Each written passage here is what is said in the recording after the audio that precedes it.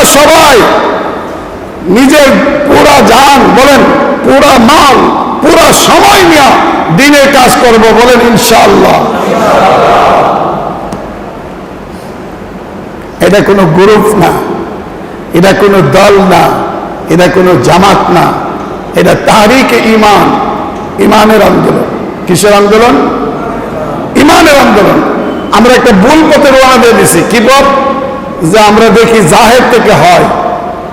এই যে জাহেরের ইয়াকিন, এই চিজ ও আসবাবের ইয়াকিন, এটা বাহির করার জন্য আমাদেরকে চিজ ও আসবাব থেকে দূরে গিয়া ফেরেশতাদের সোহবত, আল্লাহর ঘর, সর্ব উৎকৃষ্ট স্থান মসজিদে 40 দিন করে সমাধি আসতে হবে।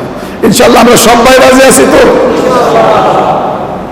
তবে একটা তরতিব আছে। যখন আমার বার্ষিক পরীক্ষা হয়ে গেল, চূড়ান্ত পরীক্ষা, এসএসসি, এইচএসসি, এরপরে 3 মাস একটা গ্যাপ থাকে, ওই সময়ের মধ্যে আমি সময়টা লাগাই। একটা ইংরেজি শিক্ষিত ছেলে, সে যদি এই দাওয়াতে তাবলীগের মেহনতে সময় লাগায়, তো আরেকটা যে ছেলেটা লেখাপড়া করছে না, তার মধ্যে আর তার মধ্যে অনেক পার্থক্য হবে। ইংরেজি লেখাপড়া যে জানে, সে আগে যাবে অনেক দূর, সে বয়ান করতে পারবে, সে তালিম করতে পারবে, সে বিদেশ সফরের উপযুক্ত হইলে তারা বিদেশে পাঠাইলে সে ইংরেজি কথা বলবে। বিদেশি জামাত আসলে তারা দিয়ে দিব বিদেশি জামাতের সাথে টুকটাক ইংরেজির কথা বলবে, আগায় যাবে সে দিনের লাইনে। আরে আমরা তো হুজুররা এমন কাজের জন্য ডাকতেছি মানুষকে, যে কাজ তোমাকে সারা দুনিয়ার মধ্যে পরিচিত করে দিবে, সারা দুনিয়ার মধ্যে পরিচিত করে দিবে। এই মজলিসের ভিতরে যারা আছি আমরা যদি কেউ কমর বান্ধা এটাকেই কাজ বানায় নেই, আগামী 10 বছর পরে সারা বাংলাদেশের মানুষ তোমার চিনবে। এটা জাহিরি জিনিস বললাম। আমাদের ডাক্তার তারেক জামিল, মৌলানা তারেক জামিল পাকিস্তান, আপনারা তো দেখছেন, ইউটিউবে দেখেন, তারেক জামিলের বয়ান শুনেন। আজকে পাকিস্তানের বড় আইকন হয়ে গেছে। পাকিস্তানের সরকার, পাকিস্তানের সুপ্রিম কোর্ট, পাকিস্তানের বড় বড় বিশ্ববিদ্যালয়ের কনভেনশনের মধ্যে হযরতরে নেয় 2টা কথা শোনার জন্য। এই দাওয়াত তাবলীগের মান্যতে এক মৌলবীরে আল্লাহ পাক সারা দুনিয়া সফর করায় দিয়েছে। এজন্য বড় মকবুল কাজ।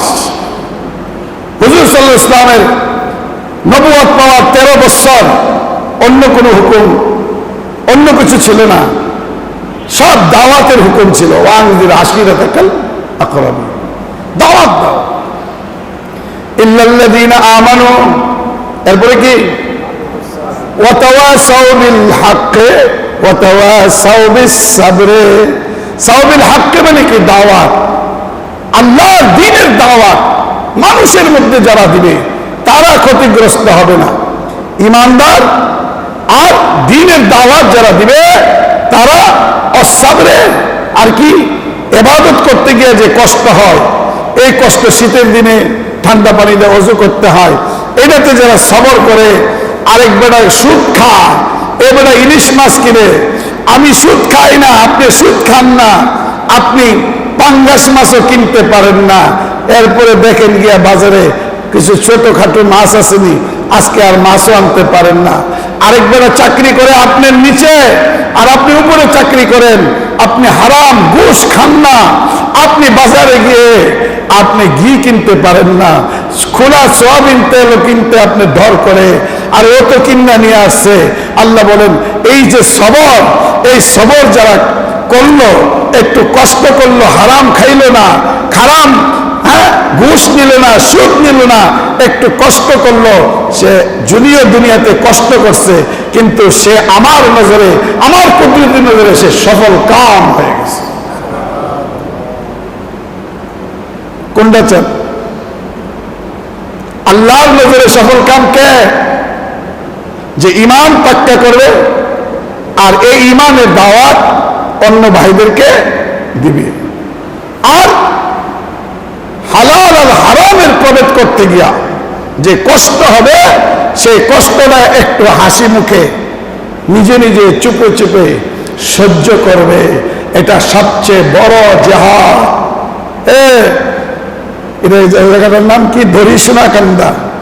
ধরি সোনাকান্দার ভাইরা শুনেন, বাবারা শুনেন, সবচেয়ে বড় জিহাদ হলো শত্রুর মোকাবেলা তলোয়ার চালানো সহজ, কিন্তু হালাল আর হারাম, বলেন হালাল আর হারাম, এই দুইয়ের মধ্যে পার্থক্য করা, হারাম ছেড়ে দেওয়া লাত্তি মেরে হারাম থেকে ভাইগা যাওয়া, এটা বহুত বড় মুজাহিদা লাগবে।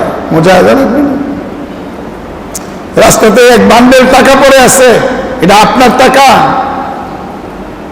আপনি এটা থেকে বাঁচতে পারবেন? বাঁচতে হলে অনেক ইমানি শক্তি লাগবে। কি বলেন? ইমানি শক্তি। যেখানে ব্যাংক ছাড়া টাকা রাখা যায় না, ওইখানে যারা ব্যাংকে টাকা না রাখলে কিছু অসুবিধা তো আসবেই, টাকা হারিয়ে যাবে, ডাকাতি হবে, এই সব অসুবিধা যারা সহ্য করবে, তবু সে হারামের কাছে যাবে না। তো আল্লাহ বলেন, আমার কুদরতি নজরে আমার এই বান্দা সফল কাম। যদিও 100 টাকা দামের কাপড় পরে, 100 টাকা গজের কাপড় পরে, 60 টাকা দামের জুতা পরে, বাসা বাড়ি তেমন অট্টালিকা নাই, কিন্তু আমার বান্দা তার জিন্দেগি বানাইছে এবং সে সফল কাম হয়ে গেছে।